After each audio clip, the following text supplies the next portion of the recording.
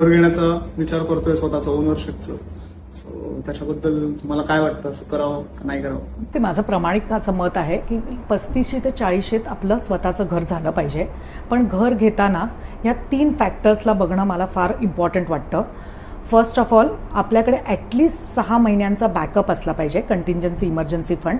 कारण का समजा आपण एकदा होम लोन सुरू होतं आहे आपलं, ते मोठ्या टेन्युअरसाठी असतं आणि त्यामध्ये काही मेडिकल इमर्जन्सी आली किंवा आपल्याला जॉब लॉस झाला तर आपल्याला हे पैसे युटिलाइज करता येतात. सेकंड म्हणजे तुझा जो घराचा खर्च आहे तो व्यवस्थित EMI जाऊन सुद्धा तुझ्या इन्कममधनं तुला मॅनेज करता आला पाहिजे.